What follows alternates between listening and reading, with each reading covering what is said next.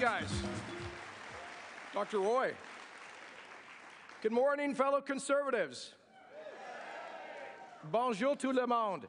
C'est un grand plaisir pour moi d'être ici en tant que chef du Parti conservateur uni de l'Alberta. It's great to be here as leader of the newest political party in Canada, Alberta's United Conservative Party.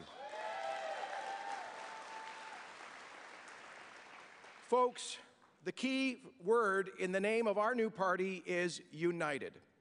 Because united we stand, divided we fall. That's what we as federal conservatives learned over a decade of division when we handed office to the federal Liberals. And that's what we Alberta conservatives learned when we elected an accidental socialist government in 2015. We know this in Saskatchewan. We know it all across the country that we are stronger united. And so that is why 2 years ago I launched a campaign with a grassroots army of Albertans to bring together common sense conservatives, free enterprisers, a big tent coalition on the basis of our shared values to present a united alternative to the NDP in Alberta. And I'm pleased to say that free enterprisers of all kinds decided to focus on what unites us and not what divides us, to move together united, and 95% of the members of our two legacy parties voted yes to unity a year ago.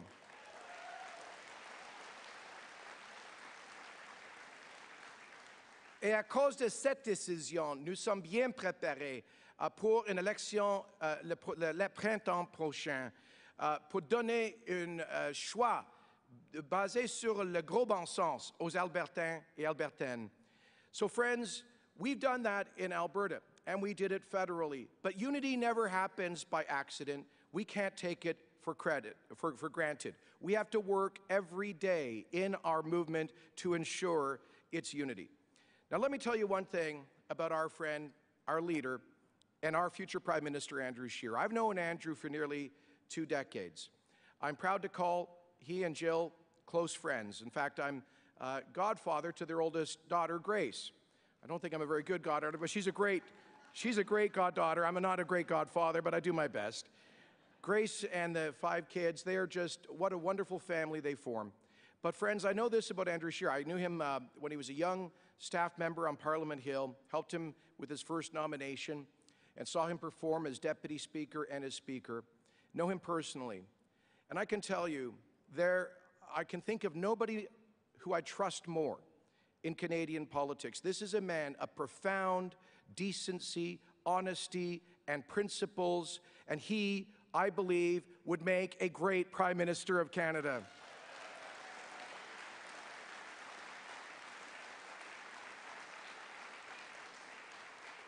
Je connais personnellement Andrew Scheer comme un homme de principe, un homme d'intégrité, qui, je crois, a donné un leadership fort, intelligent, prudent à nous autres comme le Parti conservateur national.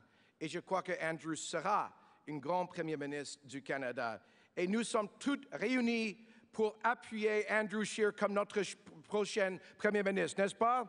We are all united in supporting Andrew.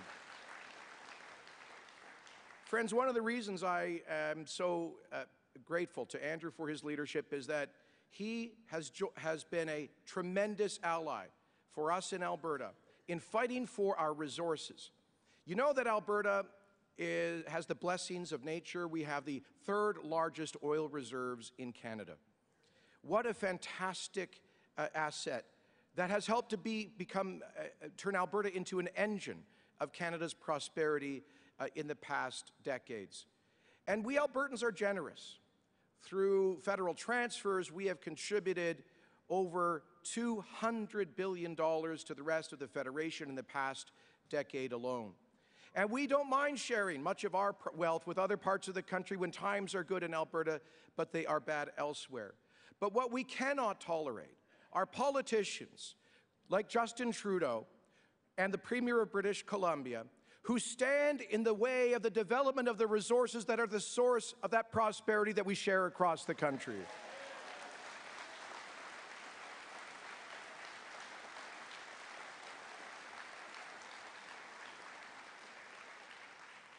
parce que nous avons une valeur dans nos ressources naturelles en Alberta, qui sont les ressources canadiennes, qui est le troisième plus grand ressource de pétrole au monde. So here's the point, folks. The world, according to all the experts, has a growing global demand for hydrocarbon-based energy. And of course, in the future, with technology, we hope that will begin to change. But for now, there is a growing global demand for these resources. And that demand will be met. The question is, by who? Either that demand will be met by Canada with the highest human rights, labor, and environmental standards on Earth, or that demand will be met by the world's worst regimes, by the OPEC dictatorships, by the Bolivarian Socialist Republic of Venezuela, by Vladimir Putin's autocratic Russia, by the Kingdom of Saudi Arabia that treats women like property instead of people, or Iran, which stones gay men for the crime of their sexuality. Friends, let me say this. I believe the world needs more Canadian energy so we are less dependent on the world's worst regimes.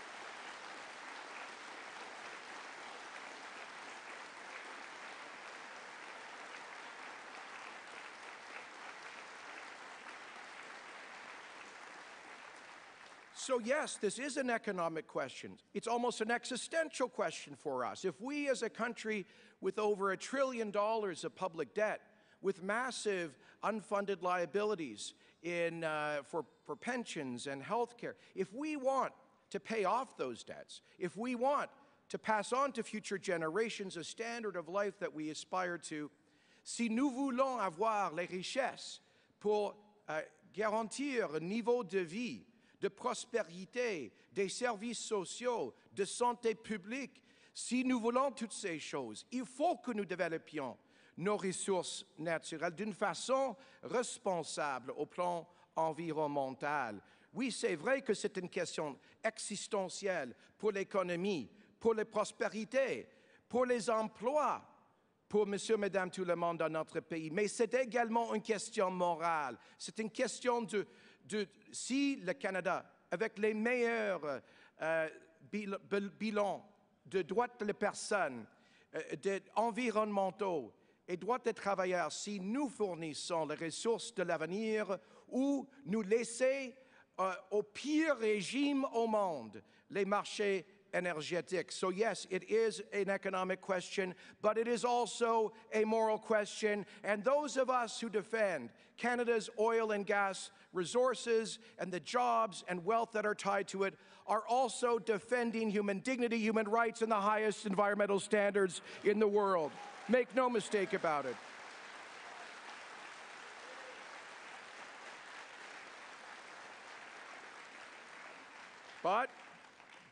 Mais nous avons un Premier ministre qui ne sont pas d'accord. Nous avons un Premier ministre qui n'est pas d'accord. Nous avons un Premier ministre, Justin Trudeau, qui, avec son homologue Jerry Butts, fait tout que possible pour nuire à l'industrie énergétique du Canada, pour bloquer les pipelines, pour arrêter notre accès aux marchés internationaux. In our Prime Minister, we have a man who is doing everything he can to undermine the prosperity and future of our energy industry and the jobs that hundreds of thousands of Canadians depend on. Let's be clear. It was not a market decision by TransCanada Pipelines to cancel the Energy East project. And it was a result of decisions by the Trudeau government. They decided to force that company to take responsibility for up and downstream carbon emissions. Now, folks, a pipeline doesn't produce carbon emissions. A pipeline just ships energy. And here's the perverse thing. They put TransCanada out of business, and with it, by the way, the dream of energy independence that would have allowed Western Canadian oil to supplant foreign oil imports in central and eastern Canada. And with it, they have forced Eastern Canadians to continue to depend on Nigerian and Venezuelan and Saudi and American oil as opposed to supporting our own economy. This makes no sense. But those foreign oil imports, including those from the OPEC dictatorships, well, they don't have to take account of their carbon emissions. So this is actually a policy by the Trudeau government to support foreign oil imports from some of the world's worst regimes. This makes no sense from a federal government that at the same time gives massive corporate subsidies to companies that produce airplanes and automobiles that actually do produce carbon emissions. Friends, we Albertans are generous, but we as Canadians want fairness in the Federation and simply the ability to share our energy with all Canadians from coast to coast.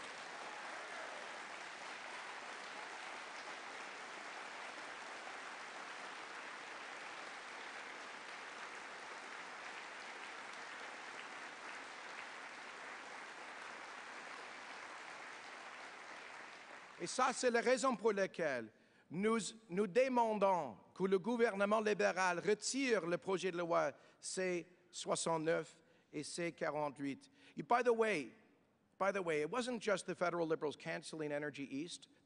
One of the very first things that Justin Trudeau did was to cancel an already approved pipeline, the Northern Gateway pipeline. And now he has legislation before Parliament to make that permanent, with a ban on the BC northern coast for tanker traffic. There's no ban on foreign oil tankers coming into Canada, but there is a ban on Canadian tankers taking Canadian energy to the rest of the world. This is perverse.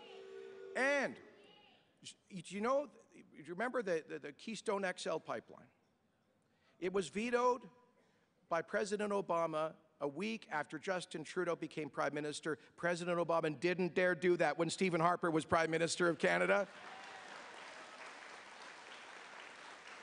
And Justin Trudeau's response to this American decision to block our energy exports was to wave the white flag of surrender. So he surrendered to the cancellation of the Keystone XL pipeline. He killed the approved Northern Gateway pipeline. He is banning future exports from the northern BC coast. He killed Energy East, and he is doing nothing to overcome the illegal, unconstitutional opposition of the socialist government in Victoria to the export of Canadian energy. So, friends, let me be clear. Canada is an economic union. Ça a été le rêve des fondateurs de la Confédération il y a 150 ans. C'était de créer un espace de libre-échange au nord de l'Amérique du Nord. Mais nous avons maintenant un gouvernement provincial qui prétend avoir le pouvoir à prévenir les exportations des produits énergétiques du Canada de notre côte ouest. So we now have a socialist government in BC which is claiming that it has the right to determine what products we as Canadians can export from one of our country's coasts. Well, friends, in the face of that, Justin Trudeau has done nothing except end up driving a global company, Kinder Morgan, out of Canada and forcing taxpayers to buy a pipeline. This is where we are now at. And so, friends, this is one of the reasons why we need a federal conservative government led by Andrew Scheer that will stop these attacks on Canada's energy independence, on jobs and our prosperity. We need a federal conservative government that will undo these policies and that will allow us to achieve the dream of energy independence, to develop these resources, to show the rest of the world how it's done, and yes, to sell Canadian energy to the rest of the world. On a besoin de ça.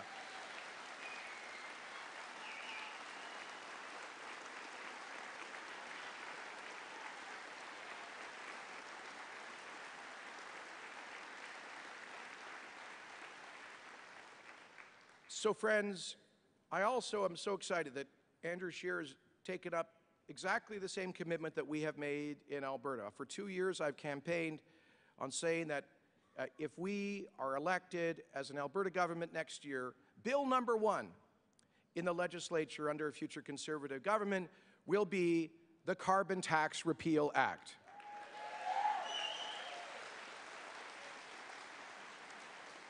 I want to thank our good friend and ally, Scott Moe, and before him, the great Brad Wall, for having led this fight. And I am so excited that we have been joined by Canada's newest Premier, Doug Ford.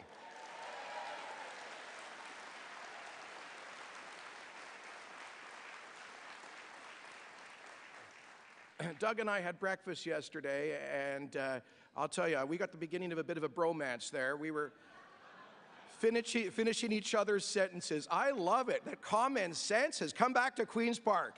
Good on you, Ontarians.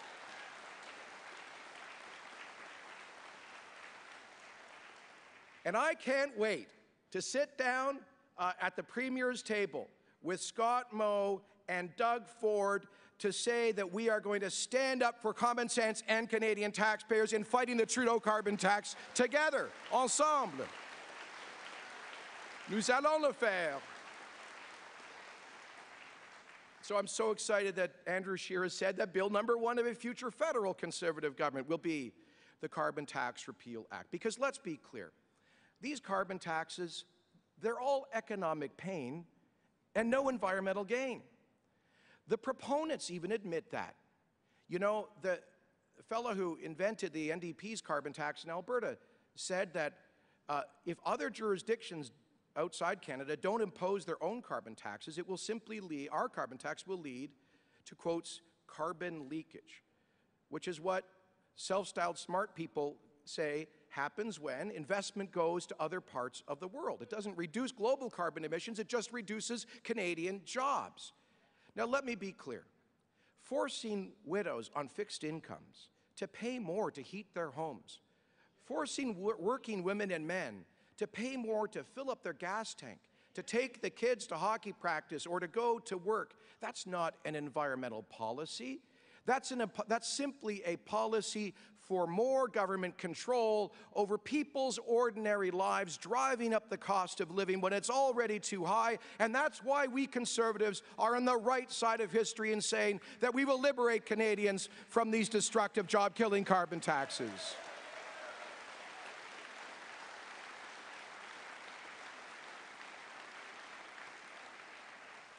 Friends, I just want to say a last word about my experience over 5 years in Stephen Harper's government as a Minister of Immigration and 10 years as Minister of Multiculturalism. Notre chef a parlé, je crois, d'une façon très intelligente hier soir au sujet de diversité et des valeurs les plus importantes dans l'histoire du Canada, celle de liberté. Mesdames et messieurs, les gens de partout au monde ne viennent pas au Canada pour vivre un colloque sur la question de diversité. Ils viennent au Canada pour devenir les Canadiens et les Canadiennes, pour être les héritiers d'une grande tradition de liberté qui a été créée par nos institutions et nos traditions, par une certaine culture politique. Friends, folks from all around the world who dream of coming to Canada don't want to come here to live a colloquium on diversity. They come here to become Canadian. They come here to become Canadian. To become Canadian, to be the inheritors of a great tradition of ordered liberty, created by certain institutions like parliamentary government, like the rule of law, like respect for human dignity, our values, our institutions, and our customs. So when Justin Trudeau says that there is no such thing as Canadian identity or Canadian values, he could not be more wrong. The reason the world, people from around the world dream of becoming Canadian is because of our customs, our institutions, our culture, and our values.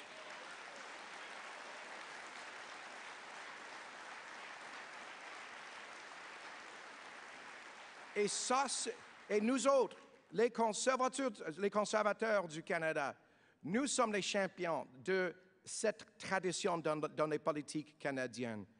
We are the great champions of that tradition of unity in diversity. Canada was built by the underdogs of history, from our First Nations people who have suffered great dislocation, but who have maintained vital communities in the northern half of North America for millennia.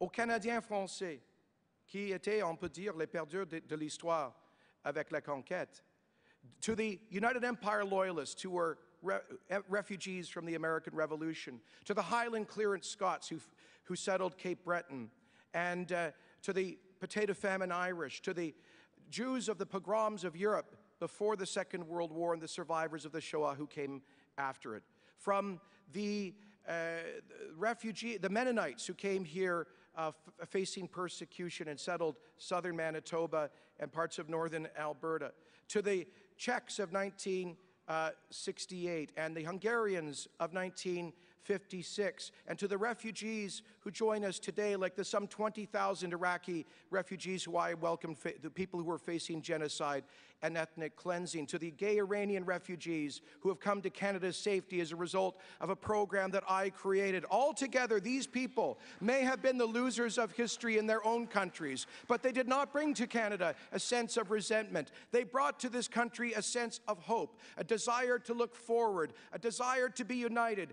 a desire to be Canadian. We are the champions of those people, of those underdogs of history, and it is our job to ensure that Canada once again presents to them a future of equality of opportunity, the great champion of human dignity in world affairs. It is up to us to do that in the year ahead. I hope you're up to the task. So let us get that done. Let us do the hard work. Let us elect a majority conservative government.